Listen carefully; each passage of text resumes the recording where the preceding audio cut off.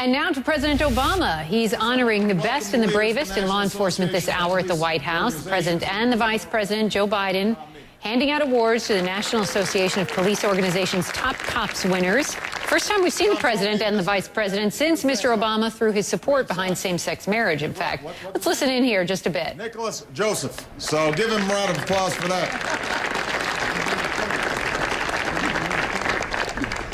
You know, I look forward to this event each and every year because it's a chance to say thank you.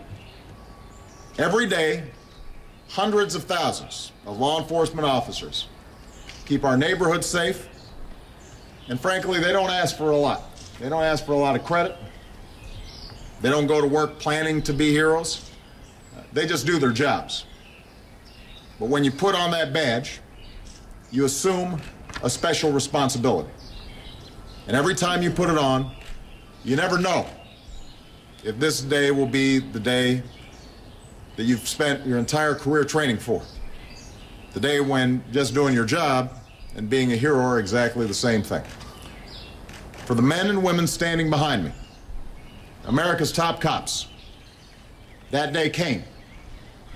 And when it did, they were ready. They didn't flinch, they didn't back off. They're people who are alive today only because of their courage. I had a chance to just shake each one of these individuals' hands and express my appreciation to them personally. They're a pretty humble group. Some of them will tell you they don't deserve to be called heroes. They're entitled to their opinion. I disagree with them. I think they are. What else do you call a team that takes down a deranged gunman and saves countless lives?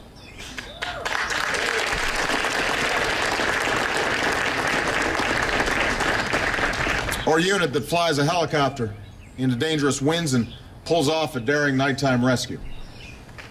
Or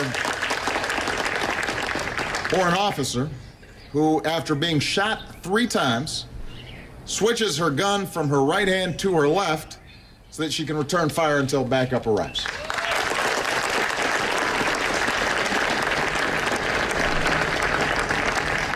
I guarantee you that when the bullets were flying, when lives were on the line, these men and women weren't thinking about bravery, they weren't thinking of themselves. Instead, they were looking out for their fellow officers and for the civilians that they swore to protect.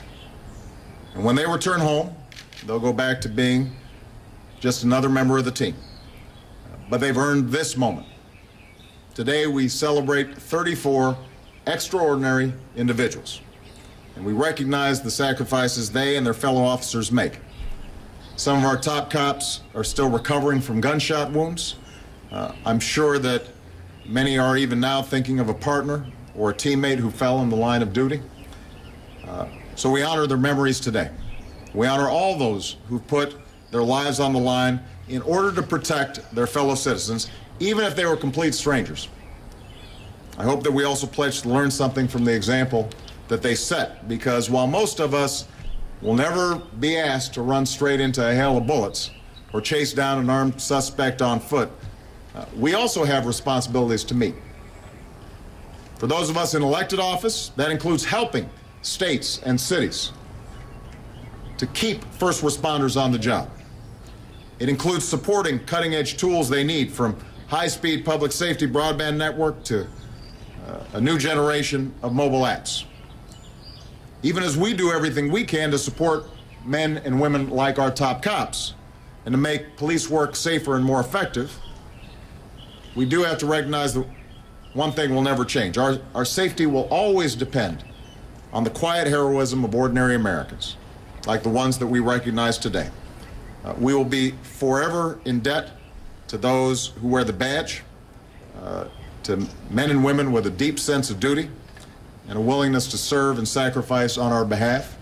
And I think these individuals don't mind me saying that they are representative of the sacrifices and that quiet courage that exists among law enforcement officers all across the country and their families, because I know the strains on families in such a difficult job is significant as well. And those families, those of you who are here today, we want to say thank you to you as well. So, again, to the 2012 top cops, thank you for everything you do.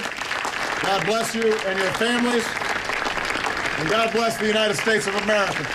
Rose Garden. You've been listening to the president there speaking in the Rose Garden, honoring the top cops. Lots of folks there getting some praise, giving a little handshake from the president as well.